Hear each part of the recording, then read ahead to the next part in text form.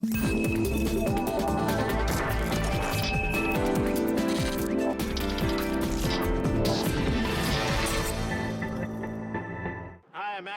soy Max Kaiser y esto es Kaiser Report. Ha vuelto a salir el sol en Estados Unidos. Ya noto hasta el olor del trabajo extendiéndose de costa a costa. De ahí que se haya puesto de moda el término Trumpflación, que significa un aumento del gasto fiscal, de la contratación, del precio de las materias primas y del mercado bursátil y una disminución del valor del mercado de deuda. Vamos a arrojar más luz sobre todo esto y para ello, ¿qué mejor que hablar con Stacy? Max, ya hay quien habla incluso de economía trumpiana, aunque hasta dentro de varios meses no vayamos a saber en qué consiste realmente, porque después de estas elecciones macabras en las que no se ha hablado de medidas como tales, el vacío de políticas es evidente. Lo que sí conocemos ya es la reacción de los mercados en estos primeros días posteriores a la victoria de Trump. El precio de todos los activos se dispara después de que Trump haya hecho que comprar vuelva a resultar interesante. La inesperada victoria de Trump les está dando un empujón a los mercados financieros internacionales. En el mercado bursátil y en el de las materias primas reina el optimismo ante la esperanza de que los planes de estímulo del nuevo presidente ayudan a impulsar la economía. Y a esta tendencia al alza se han unido los mercados de valores europeos que han registrado su mayor crecimiento de 4 días desde el mes de julio. Las acciones de los bancos han subido ante la previsión de que la normativa que regula sus operaciones dentro de Estados Unidos se haga más laxa y de que aumenten las tasas de interés, mientras que el incremento de precio de los metales preciosos ha impulsado también a las empresas mineras. No en vano el cobre ha experimentado su mayor subida desde hace más de 3 años ante la intención de Trump de aumentar el gasto en infraestructuras. La verdad es que llama mucho la atención Paul Ryan, miembro del Tea Party, portavoz de la Cámara de Representantes y nuevo integrante del gobierno de Trump, quien han señalado que cree que el gobierno realizará un enorme gasto en infraestructuras. Y es que mientras que Hillary habría prometido invertir 275.000 millones, Trump ha dicho que va a duplicar esa cifra, así que ya lo veremos. El mayor problema que le espera a Trump son los guerreros justicieros, que podrían ser personajes como George Soros, Bueno, más que George Soros, yo creo que esos guerreros van a ser los vigilantes de los bonos. Unos vigilantes que cuando consideraban que los precios del mercado de deuda subían en exceso, se ponían a vender bonos, pero de los que no se oye hablar desde hace 20 años. Precisamente porque desde entonces, los bancos centrales de todo el mundo se han dedicado a comprar esa deuda, expandiendo sus balances generales en billones de dólares. Hasta los bancos centrales que afirman ser contrarios a la inflación, como el Banco Central Europeo, han comprado bonos, sentando las bases para una inflación futura a la que dará rienda suelta al gobierno de Trump. Creo que por primera vez desde hace décadas tendremos una inflación de verdad y que los vigilantes de los bonos se pondrán a vender de manera agresiva, lo que se traducirá en una subida de los intereses. Y si los intereses suben, el costo del crédito hace lo propio, lo que supone una presión extra para el mercado inmobiliario y la expansión, entre otras cosas. Ya veremos cómo lidia Trump con ellas. Lo que sí creo es que los intereses van a subir. El pasado miércoles, el día después de las elecciones, volaron 337.000 millones de dólares del mercado de deuda europeo ante el miedo a un aumento de la inflación. Vamos a ver qué nos cuenta Bloomberg. La economía trumpiana implica una mayor probabilidad de que la Reserva Federal suba los intereses el próximo año a un ritmo más rápido, señala Robert Rainey, responsable de estrategia en los mercados financieros de Westpac Banking de Sydney. Está claro que la oleada de voto populista refleja en parte un descontento con la política fiscal ajustada y la política monetaria relajada. Si se produce un cambio de tendencia en Estados Unidos, los mercados tendrán que cambiar el precio de todo. Toda mi tesis económica se resume en una frase: sin capital no hay capitalismo. Y no puede haber capital sin unos intereses que lo atraigan, al capital y a los ahorros. El capital no se forma de manera espontánea, por lo que si no se estimula su formación, no hay base posible para el capitalismo. La subida de los intereses que propone Trump implicará la inversión en instrumentos que proporcionen interés. Esa es la base del capitalismo, no la práctica de pedirle prestado a la Reserva Federal o a los mercados internacionales, construyendo un concepto etéreo como es la emisión de moneda que se saca el dinero de la nada, y que es lo que provoca la enorme estafa Ponzi que hemos tenido en los últimos 20 años. El valor de muchos activos, sobre todo inmobiliarios y de deuda, que son los que más inflados están, acabará desplomándose. Pero no pasa nada. Así tendremos una forma de capitalismo más auténtica.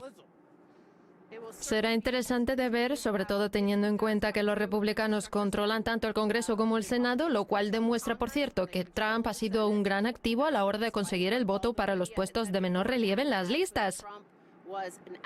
Como digo, los republicanos controlan las dos cámaras, por lo que si Trump verdaderamente quiere poner en marcha ese plan de infraestructuras, puede llevarlo a cabo sin ningún problema.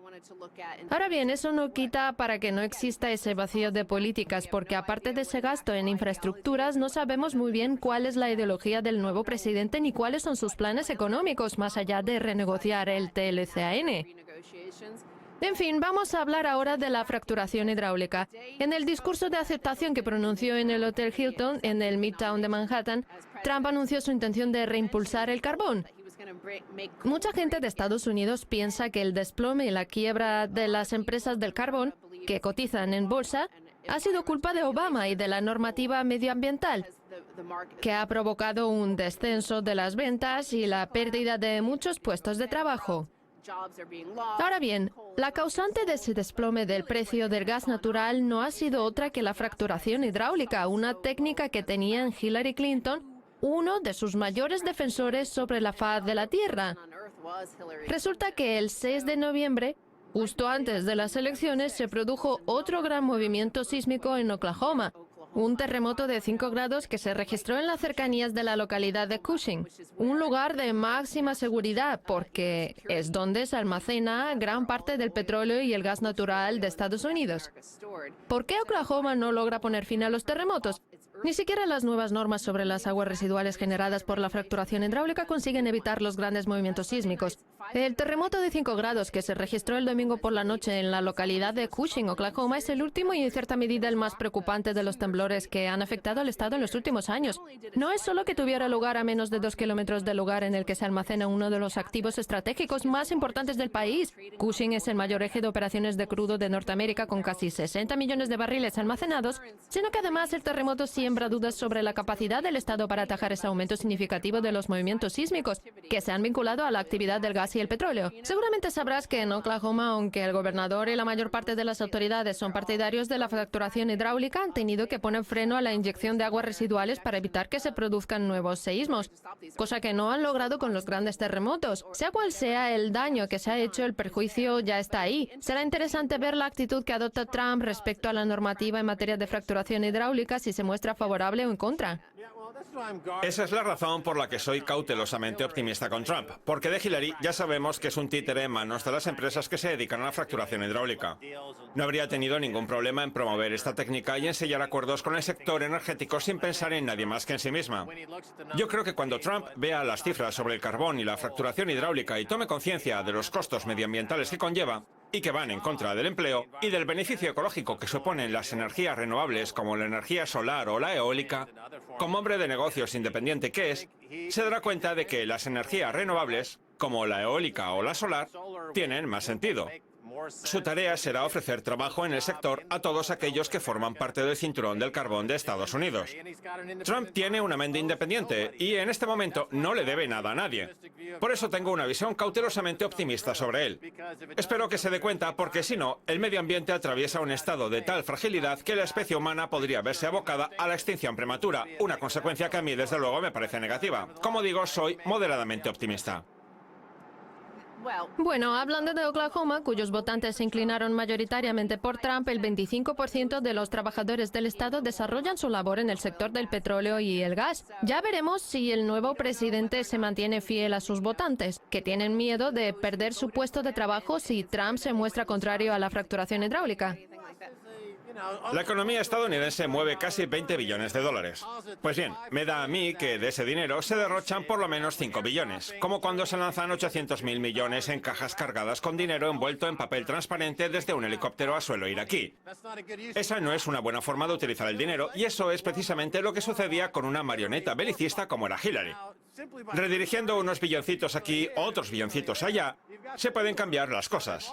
Si hay que continuar cubriendo y subvencionando a esa gente, pues que se siga haciendo, pero en el ámbito de las energías renovables. En lo que hay que pensar es en cómo queremos que sea la economía dentro de 4 u 8 años. ¿Puede generarse crecimiento sobre la base de empleos reales remunerados con salarios de verdad? Desde luego. ¿Conllevará eso una subida de los intereses? Pues claro. ¿Saldrán mal parados muchos de los que se han beneficiado en los últimos 10, 15 o 20 años de esta estafa Ponzi? Evidentemente, pero así es la vida. Yo creo que ese terremoto de Oklahoma fue un mal presagio para Hillary, que vaticinaba su derrota. Por cierto, recordemos que durante la campaña Hillary afirmó estar en contra del TPP y de la ATCI, unos tratados de comercio que en realidad no buscan sino fomentar los monopolios por parte de las grandes empresas de Estados Unidos. Y no hay mayor empresa que Monsanto. Vamos a ver un titular sobre el caos que se produjo justo antes de las elecciones, aunque no tuviera demasiada repercusión y con el que la incertidumbre sobre cuáles serán las políticas de Trump tiene mucho que ver. Las bondades de las cosechas modificadas genéticamente que se nos habían prometido bajo la sombra de la duda. Ahora que en Estados Unidos se cumplen 20 años desde que empezaran a producirse cosechas modificadas genéticamente que en Europa todavía no se han cultivado, The New York Times ha decidido investigar si ese aumento prometido de la rentabilidad ha sido tal o no. Un análisis realizado por The New York Times a partir de datos de Naciones Unidas demuestra que Estados Unidos y Canadá no han logrado ninguna ventaja significativa en términos de rentabilidad, alimentos producidos por unidad de superficie en comparación con Europa Occidental, una zona en la que existen sistemas agrícolas modernos como los de Francia o Alemania equiparables a los estadounidenses. Asimismo, según un reciente informe de la Academia Nacional de Ciencias, no existen apenas pruebas que demuestren que la introducción en Estados Unidos de las cosechas modificadas genéticamente se haya traducido en un incremento de la rentabilidad superior al registrado en la agricultura tradicional. Lo que sí ha habido en Estados Unidos ha sido un aumento del uso de los pesticidas, al contrario que en Francia, donde el empleo de insecticidas y fungicidas ha caído un 65%, mientras que el de pesticidas lo ha hecho un 36%, cuando en Estados Unidos el uso de los pesticidas se ha incrementado un 21%. No sé lo que estarán haciendo los agricultores franceses, pero sus innovaciones han provocado que sean más eficaces que los estadounidenses con sus cosechas modificadas genéticamente. Las grandes empresas del sector de los alimentos modificados genéticamente, como Monsanto y ahora también Bayer, se dedican a vender matarratas como si fuera comida de verdad. Esa es otra de las consecuencias positivas que podría tener el acercamiento entre Trump y Putin. Cuando Trump se reúna con Putin para dar con la forma de derrotar al Estado Islámico, el presidente ruso podrá convencerlo de que los alimentos modificados genéticamente a los que Rusia se opone frontalmente no acarrean beneficio alguno, por tanto sería un beneficio doble. Por cierto, ahora que se habla tanto de recuperar la grandeza de Estados Unidos, no estaría mal empezar recuperando su inteligencia. Vamos a ver un último fragmento de esta noticia sobre el uso de los pesticidas. Estas sustancias químicas son muy poco conocidas, afirma David Bellinger, catedrático de la Facultad de Salud Pública de la Universidad de Harvard, cuya investigación atribuye la pérdida de 17 millones de puntos del cociente intelectual de los niños estadounidenses de menos de 6 años a una clase de insecticidas. Se hacen experimentos naturales en un segmento poblacional y se espera hasta que se demuestre que es algo perjudicial, declara respecto a la exposición a las sustancias químicas empleadas en la agricultura. Nada más y nada menos que 17 millones de puntos del cociente intelectual. Mientras Francia reduce el uso de insecticidas y pesticidas, Estados Unidos lo aumenta, incumpliendo así las promesas que se habían hecho sobre los alimentos modificados genéticamente. Así es, Stacy. Esperemos que Estados Unidos sea igual de inteligente que sus teléfonos. En fin, no se pierda la segunda parte, tenemos mucho más.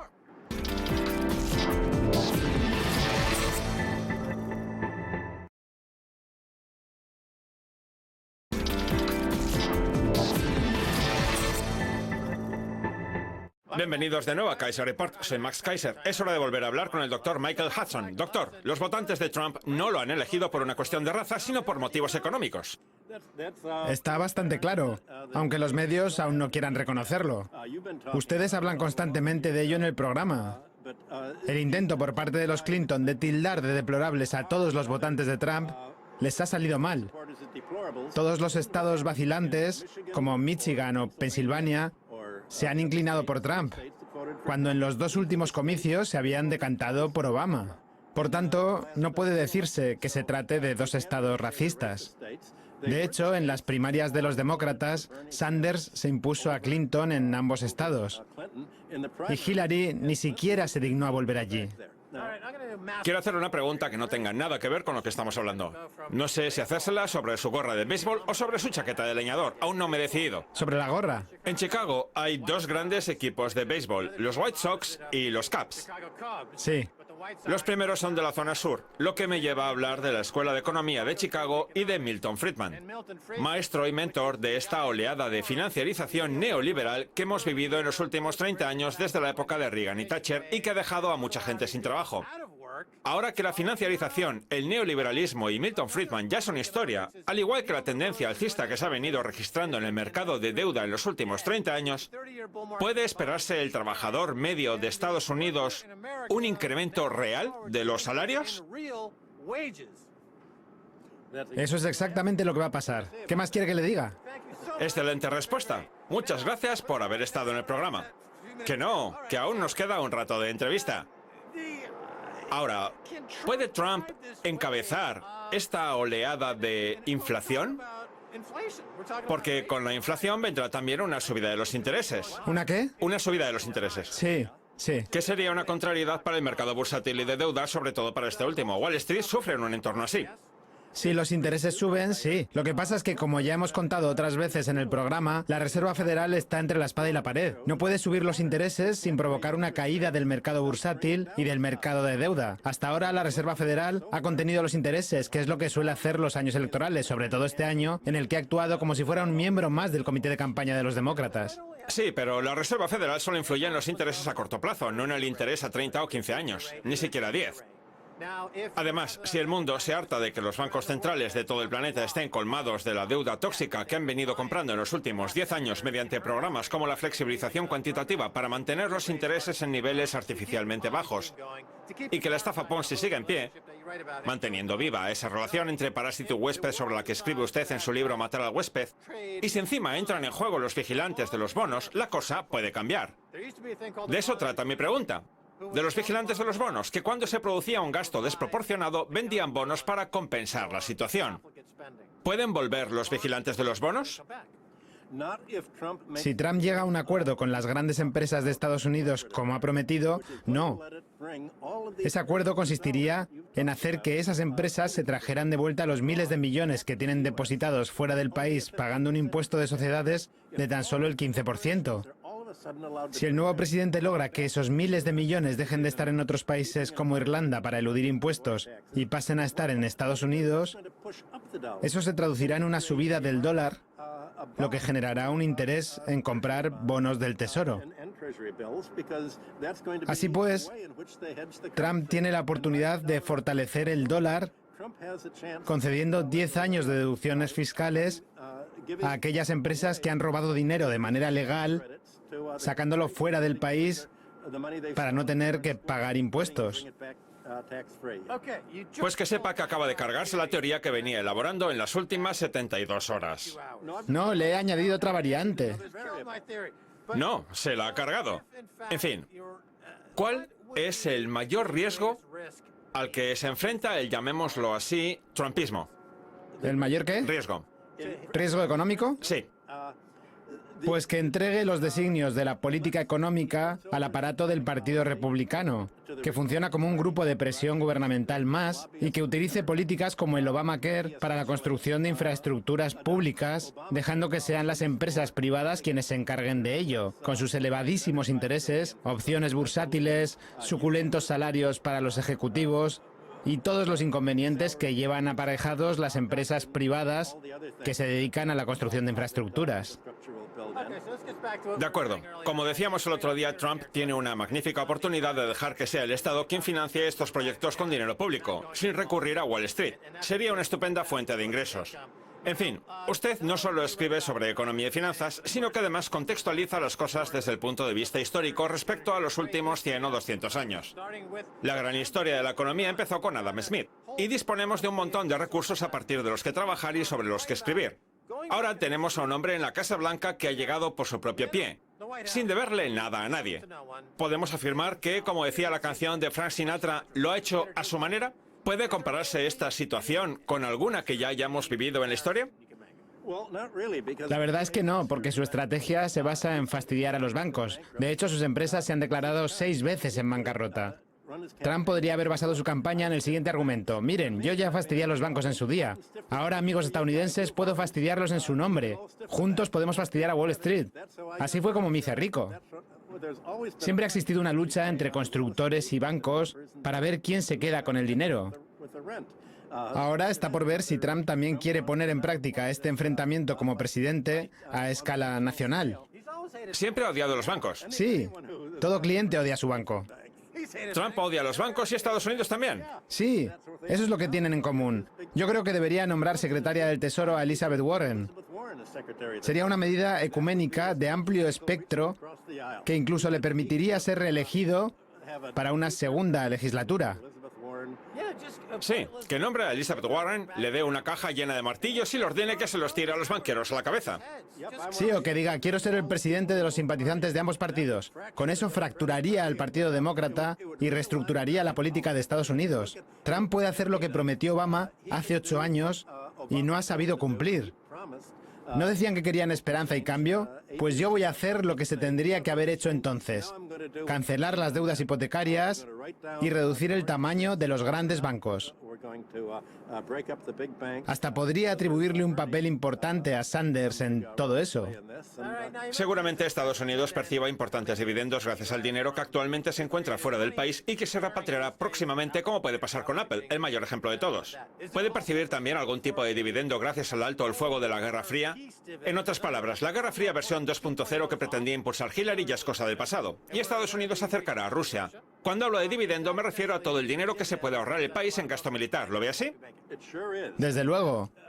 Y los votantes lo sabían. Sabían que Hillary era partidaria del enfrentamiento con Rusia, creando una zona de exclusión aérea en Siria y mostrándose dispuesta incluso a derribar aviones rusos.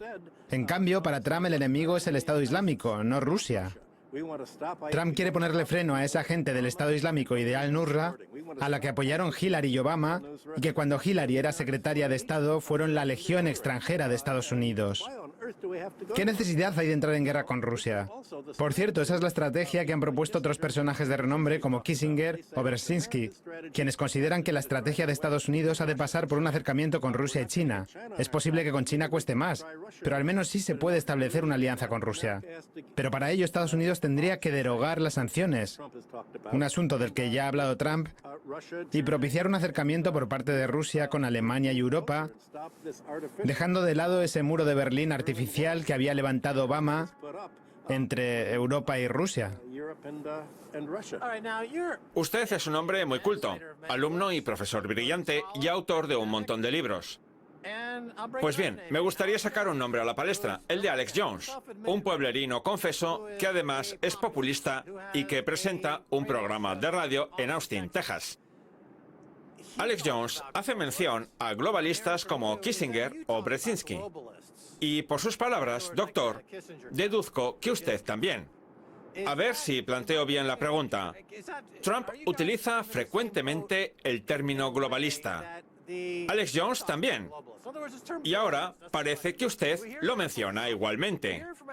¿Están los tres en el mismo barco o hay algo que estoy pasando por alto? La pregunta es qué tipo de globalismo queremos tener. Con Obama y Hillary, el globalismo consistía en decirles a otros países lo que tenían que hacer y en amenazarlos con bombardearlos y hacerles lo mismo que a Libia si no cedían a Estados Unidos sus minerales y sus reservas petrolíferas. Como cuenta usted en su primer libro, Superimperialismo, ¿cuándo lo escribió? En 1972. De acuerdo. ¿Cree usted que podemos estar ante la cuadratura del círculo de lo que usted cuenta en Superimperialismo, cuando decidió alejarse de las masas y empezó a desarrollar su pensamiento independiente, optando por seguir su propio camino en lugar de continuar por el del sector bancario para el que trabajaba? ¿Se ha cerrado la cuadratura del círculo de su pensamiento? ¿Se ha dado cuenta por fin el mundo de que la financiarización, el neoliberalismo y la economía de las estafas Ponzi que tenemos han fracasado, como defiende usted? Bueno, yo no creo que nadie en 1972 pudiera ni siquiera imaginarse el neoliberalismo, esta locura que han popularizado la prensa, la Universidad de Chicago y otros. Por aquel entonces se daba por hecho que, si no había oro disponible, los bancos centrales de todo el mundo recurrirían a los bonos del Tesoro estadounidenses para depositar su dinero.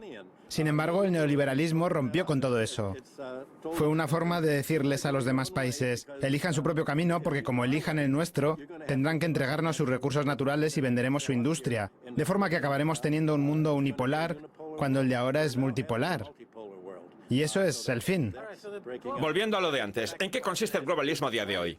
Pues un mundo multipolar, pero en condiciones de igualdad. Hay países que tratan de ser autosuficientes, no solo en lo que respecta a la agricultura, sino también a sus necesidades básicas y su oferta monetaria.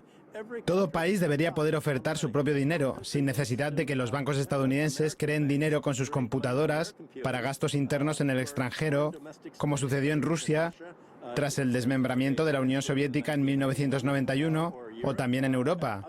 Los países deben poder considerar la banca y las finanzas un servicio público nacional. Pues eso también es malo para los bancos de Wall Street. Si Rusia, China e Irán, por citar tres países grandes, pueden disponer de su propio dinero y esa tendencia se acaba extendiendo por todo el mundo, el privilegio desorbitado del que disfruta Estados Unidos desde la Segunda Guerra Mundial desaparecerá y con él el dominio del dólar, por lo que los bancos de Wall Street ya no podrán acceder al dinero de forma gratuita, sin comisiones. Esa partida se acabó y está bastante claro. A lo mejor Jamie Dimon se acaba dedicando a vender perritos calientes en el estadio de los White Sox. Yo creo que Trump Nos quedan 5 segundos. Trump tiene la intuición suficiente como para darse cuenta de que esa partida ya se ha acabado y está siguiendo el flujo de la historia. La verdad es que interpreta las cosas mucho mejor que Obama y que Hillary. De acuerdo, doctor Michael Hudson, muchas gracias. Muy bien, esto es todo por hoy en Kaiser Report. Somos Max Kaiser y Stacey Herbert. Quiero dar las gracias a nuestro invitado, el doctor Michael Hudson. Si quieren contactar con nosotros, escríbanos un tweet a Kaiser Report. Hasta la próxima, adiós.